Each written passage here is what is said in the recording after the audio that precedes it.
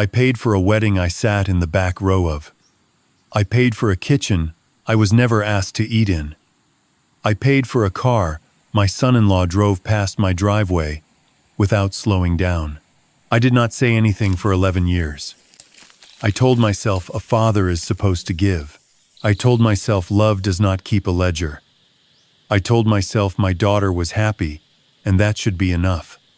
I told myself a lot of things, standing alone in my workshop in Tauranga, smelling the kauri shavings on the floor and listening to the magpies in the macrocarpa out back.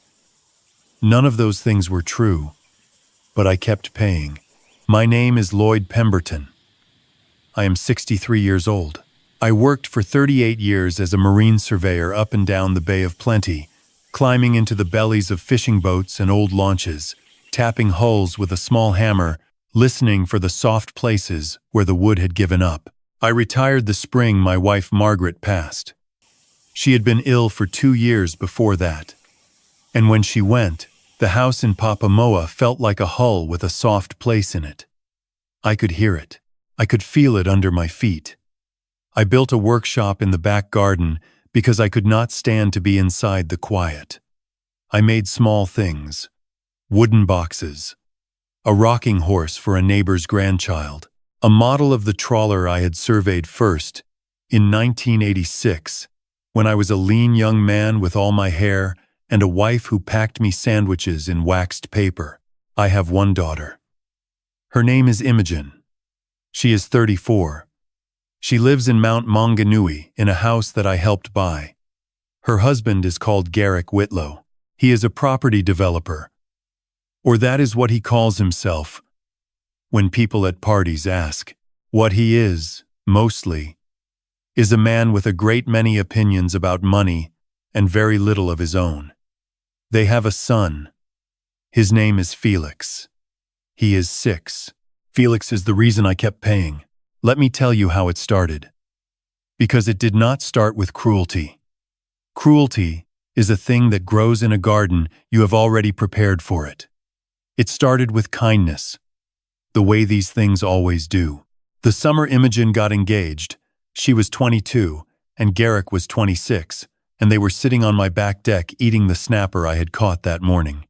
Imogen leaned her head on Garrick's shoulder, and Margaret looked at me across the table the way she looked at me whenever she was about to ask for something I would not refuse.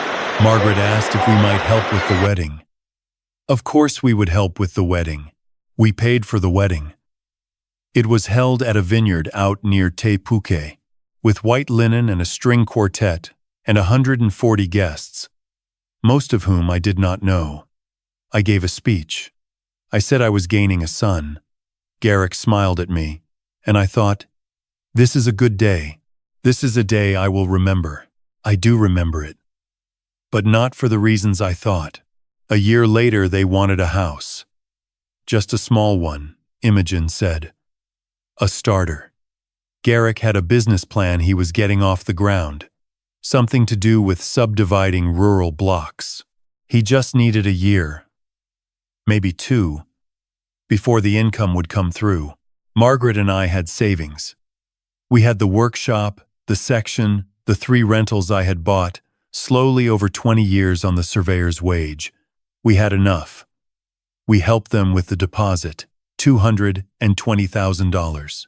We did not call it a loan, we called it a leg up. Garrick shook my hand on the front step and said, Lloyd, I will not forget this. I believed him. When Felix was born, I drove up to Tauranga Hospital with a wooden mobile I had spent 6 weeks carving. Little carved kararu and tui, suspended from a piece of pohutukawa I had salvaged from a beach near Makatu.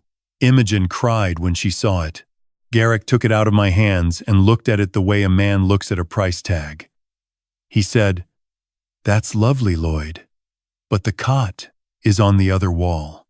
He hung it in the hallway. I told myself he was tired. New fathers are tired. For the first 2 years of Felix's life, I saw him every weekend.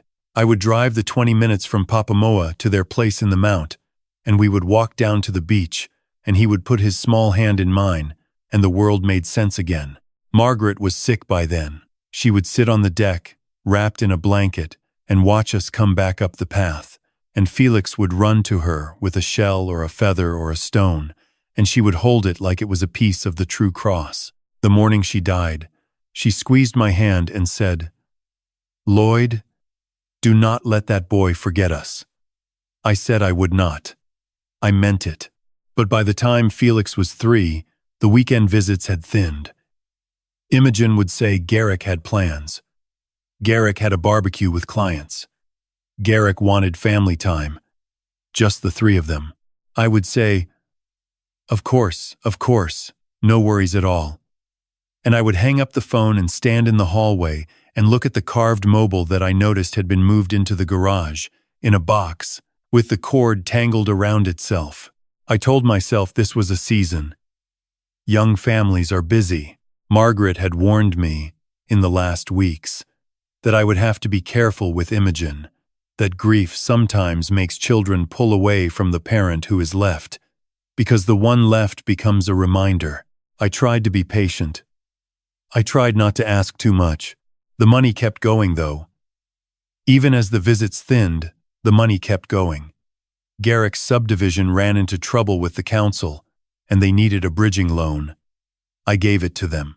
Felix needed a place at a private kindy because the local one had a waiting list, and I paid for it.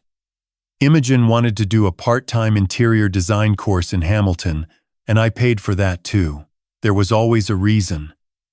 There was always a next thing. And every time I wrote a transfer, Garrick would ring me, warm as toast, and say, "Lloyd, you are an absolute legend, mate. We will pay you back as soon as we are on our feet." They were never on their feet. Or rather, they were on my feet.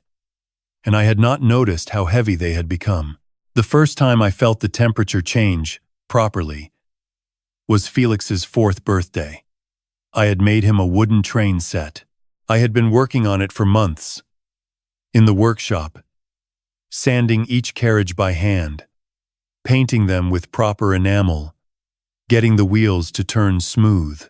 The track was a single piece of laminated Remu that I had bent in steam. I drove up with it in the boot of the car. And when I got there, the party had already started, and there were 24 children running around, and a magician, and a marquee. Garrick came out to meet me on the driveway. He looked at the box in my arms and said, "Oh, Lloyd, that's sweet, but we've already given him a Lego city, the big one. He won't really know what to do with that. Just leave it in the car, eh? We'll have a look later." I left it in the car. I went into the party.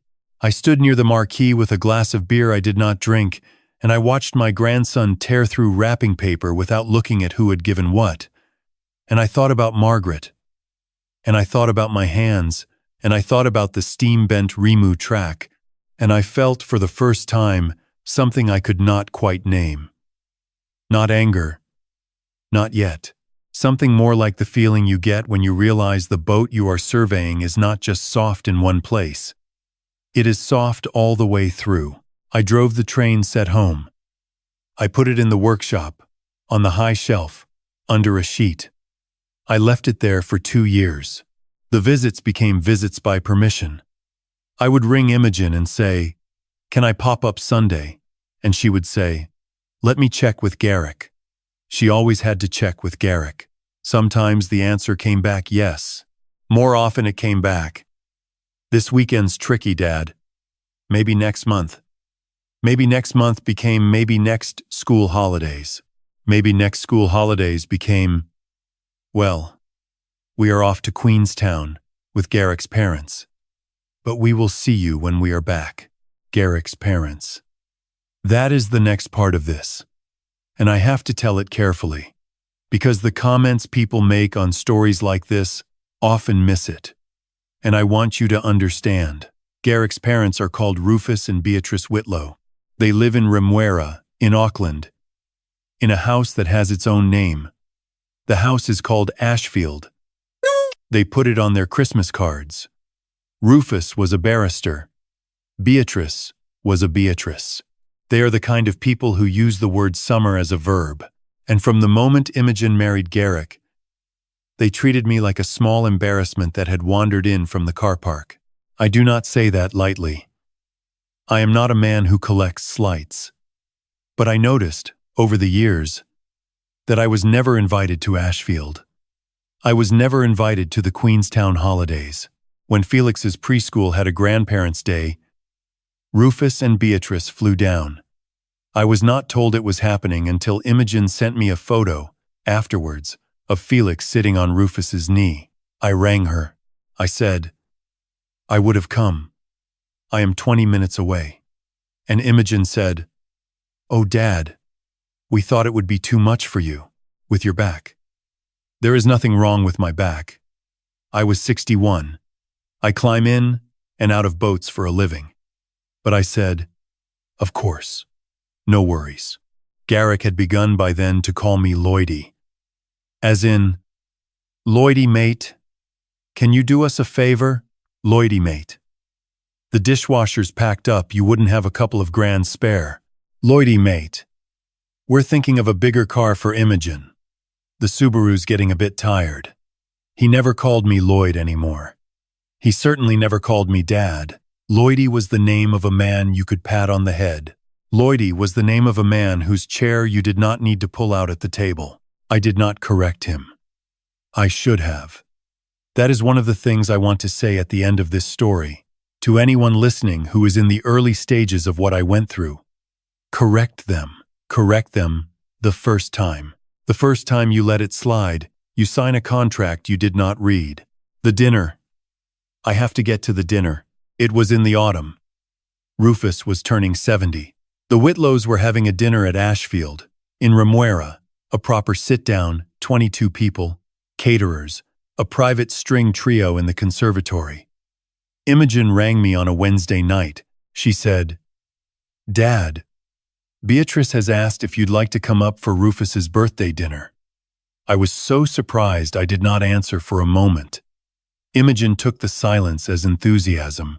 She said, "It would mean a lot to Felix to have you there, and Garrick thinks it would be nice, properly nice, to have everyone together." Properly nice. I noted the phrase. But I said yes. I said yes because of Felix. I said yes because Margaret had told me, in those last weeks, "Do not let that boy forget us." I flew up to Auckland on the Saturday. I drove a hire car to Remuera. I wore the suit I had bought for Margaret's funeral, because it was the only suit I owned that still fitted properly. I brought Rufus a bottle of single malt that the chap at the wine shop in Tauranga had told me was the best he had in stock. It cost me $420. I brought Felix a small wooden boat I had made him, painted blue and white, with a real little canvas sail. I did not bring it inside. I left it in the boot of the hire car. I had learned that lesson.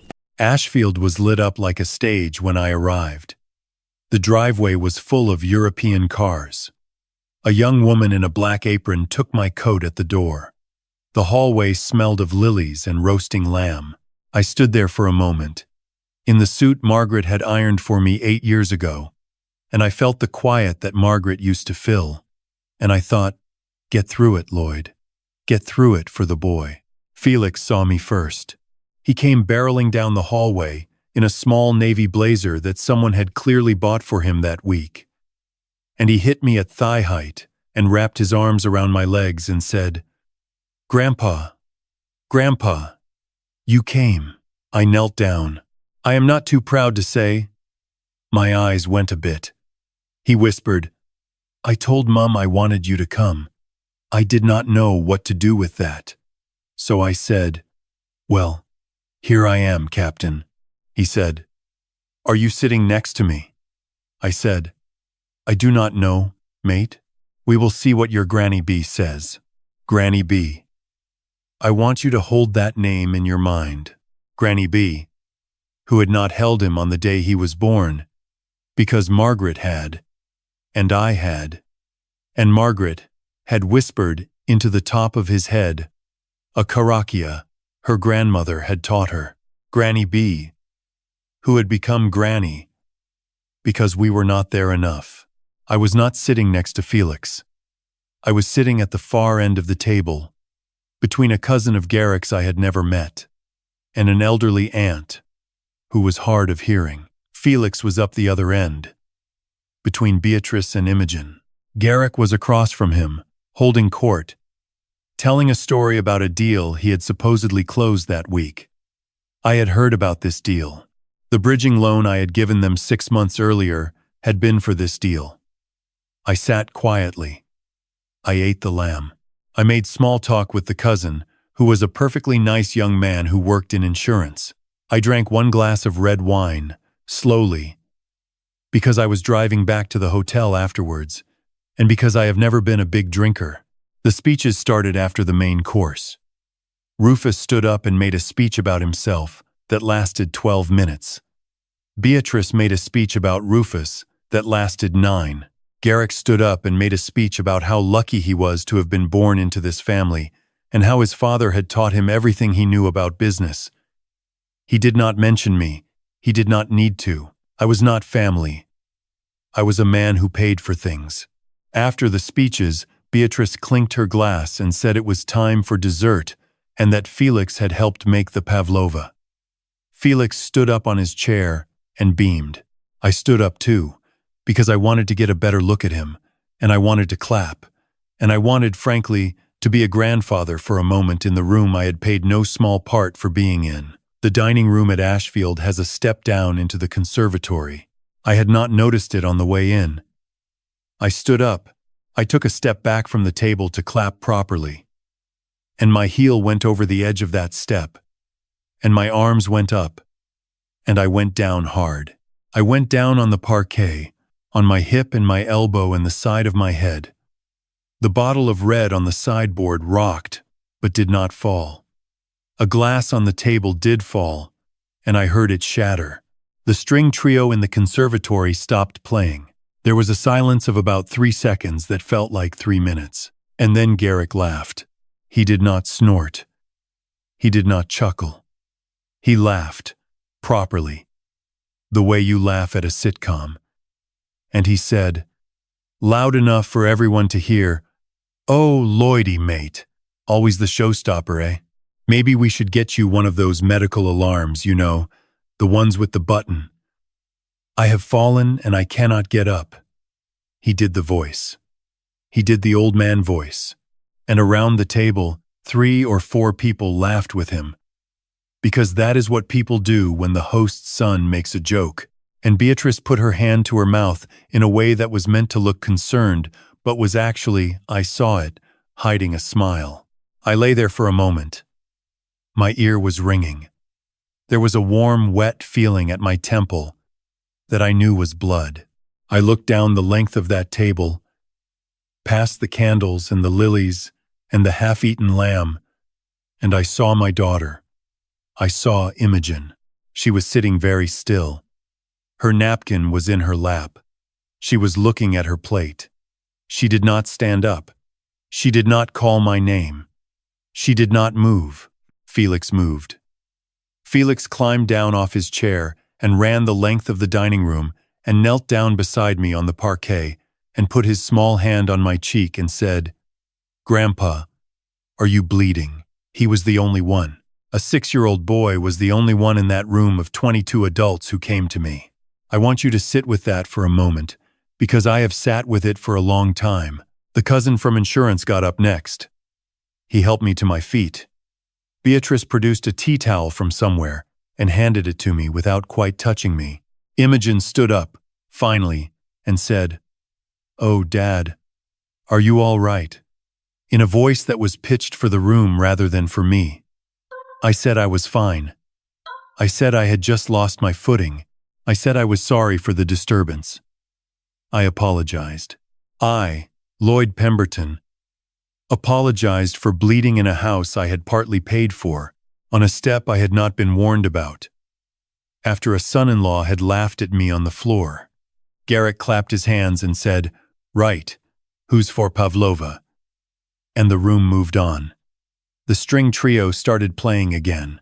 I went to the bathroom and pressed the tea towel to my temple and looked at myself in the mirror. And I saw my father's face, which I had not seen in my own face before, and I saw Margaret's eyes in mine, and I said, out loud, in a whisper, "What have you been doing, Lloyd? What in God's name have you been doing?" I did not stay for Pavlova. I made my excuses to Beatrice, who made hers back. I said goodnight to Felix, who hugged me at the door for a long time and said, "Are you coming back tomorrow, Grandpa?" And I said, "I do not know, Captain, but I will see you soon, I promise." I drove the hire car back to the hotel in Parnell. I did not turn the radio on. I did not cry. I sat in the car park for a while, with my hands on the wheel, and I felt the quiet. And I thought about Margaret, and I thought about the wooden boat in the boot of the car. And I went up to the room and I opened my laptop. I did not sleep that night. I worked. I had been a marine surveyor for 38 years. I knew what a soft hull looked like. I knew also what was in my own accounts, and what was in the accounts I had set up for Imogen and Garrick over the years, and what I had signed and what I had not. I went through the lot. The deposit on the house in the Mount, $220,000. The bridging loan for the subdivision, $90,000. Never repaid. The kindy fees, the design course, the new car, the second car, the kitchen renovation, the holiday in Rarotonga that I had paid for and not been invited on. I added it up. It came to 496,000 New Zealand dollars over 11 years, nearly $500,000, nearly the cost of the house I was sitting in the shadow of. But that was not the thing that froze me. The thing that froze me was a document I had signed 18 months earlier, during the second bridging loan, that Garrick had brought to me one Sunday afternoon with a cup of tea and a relaxed manner. He had said it was just a formality. He had said the bank needed a guarantor for a business overdraft, just to tide him over until a settlement came through. And would I mind? I had not minded. I had signed it at the kitchen table without reading it properly. Because I trusted him. Because he was my daughter's husband. Because Margaret had told me to keep the family together. I read it that night in the hotel room in Parnell. I read it 3 times. I was a personal guarantor on a business line of credit to the value of $340,000. The line was drawn down. It was drawn down to within $4,000 of the limit. If Garrick's company missed 2 consecutive payments, the bank would come for me. They would come for the rentals. They would come for the workshop.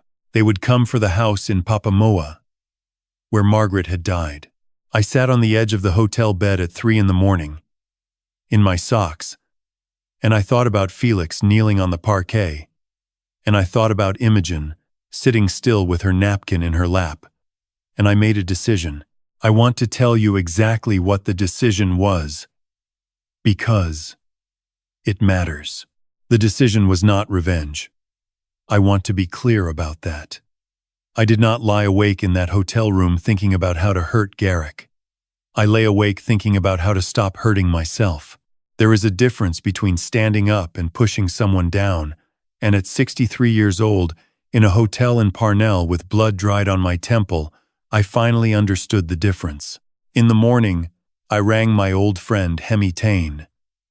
Hemi is a solicitor in Tauranga. We have known each other since 1987, when he was a clerk and I was a young surveyor, and we used to meet at the Old Mount Sports Club for a beer on Fridays. I told Hemi the whole thing. He listened without interrupting. When I finished, he said, "Lloyd, can you fly home today?" I said I could. He said, "Come straight to the office from the airport. Do not go home first. Do not ring your daughter. Do not ring Garrick. Just come." I flew back. I went to Hemi's office on Devonport Road. We spent 6 hours together. By the end of those 6 hours, I had done the following things.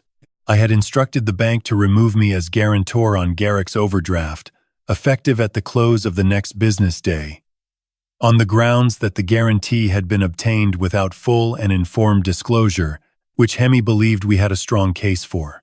I had canceled the automatic transfer that paid for Felix's kindy. I had canceled the joint account that Imogen and I had used for the design course, and which I had noticed, going through the statements, had been used for several $1,000s of charges that had nothing to do with design. I had drawn up a new will, leaving the bulk of my estate, including the 3 rentals and the house in Papamoa, into a trust for Felix, to be administered by Hemi until Felix turned 25, with strict provisions that none of it could be drawn down by his parents under any circumstances. I had written a letter to Imogen. I had written a separate letter to Garrick. I had not sent them yet. Hemi told me to sleep on them for 2 nights before sending. He is a wise man. I drove home to Papamoa. I went into the workshop. I took the train set down from the high shelf, the one I had made for Felix's 4th birthday, and I dusted it off, and I packed it carefully into a wooden crate I built that evening. I packed the small blue boat in with it. I wrote a card. The card said, "Felix, these were made for you. They were always made for you. I love you. Grandpa." I packed up the carved mobile from the box in the garage, the Cararoo and Tui, and I put that in too. I sealed the crate. 2 nights later, I posted the letters. The letter to Imogen was 3 pages long. It did not shout. It did not accuse. It told her in plain language what I had done with the money over 11 years. It told her about the guarantee. It told her I had removed myself from it. It told her about the trust for Felix. It told her I loved her. It told her I had stood up. It said, "I have realized, my girl, that the difference between a father falling and a father being held up is the difference between dignity and contempt. I have been held up for a very long time. I am putting myself down now, on my own 2 feet. It told her she was welcome at my house any time, alone, with Felix, without Garrick, until such time as she and I had spoken properly about what had happened in that dining room and what had been happening for years before it. It told her I would not be paying for anything else, not the kindy, not the car, not the kitchen, not the holidays, not the overdraft, not anything. The letter to Garrick was 1 page. It said, "You laughed at me on the floor, and you called me Lloydie. My name is Lloyd. The next time you address me, you will use it. The financial arrangements between us are concluded as of this letter. The guarantee has been withdrawn. Any further communication regarding money will go through my solicitor, whose details are below. You will not contact me directly about the boy. You will go through his mother, who is my daughter, and whom I love. Do not test me on this. I am older than you, but I am not done." I posted both letters on a Tuesday. The bank had already actioned the guarantee withdrawal. By Wednesday afternoon, Garrick had been to his bank manager and had been told that his line of credit was no longer secured and that the bank would be reviewing the facility within 30 days. Without the guarantee, the bank would not extend the line. Without the line, Garrick's subdivision could not complete settlement on a block in Te Puna that he had committed to. Without that settlement, the deal collapsed. His career, as he had built it, on a paper foundation of other people's signatures, was over by the following Monday. He did not lose his house. He did not lose his car. He lost the version of himself that he had been telling people about at parties. Imogen rang me on the Thursday. She was crying. She said, "Dad, what have you done?" I said, "I have stood up, my girl." I said, "Sit with the letter for a week. Read it again. Then ring me back if you want to." She did not ring back for 9 days. When she did, she was quiet. She said, "Dad, I did not see what he was doing to you." I said, "You saw, my girl. You saw, and you looked at your plate." There was a long silence. She said, "I know. I am ashamed." I said, "I am not asking you to be ashamed. I am asking you to be honest. From now on, with me, just be honest. We can build from honest. We cannot build from anything else. She came down to Papamoa the next weekend. She brought Felix. She did not bring Garrick.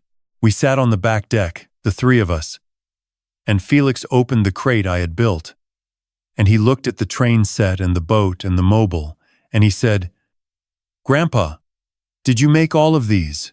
I said I did. He said, "Are these for me?"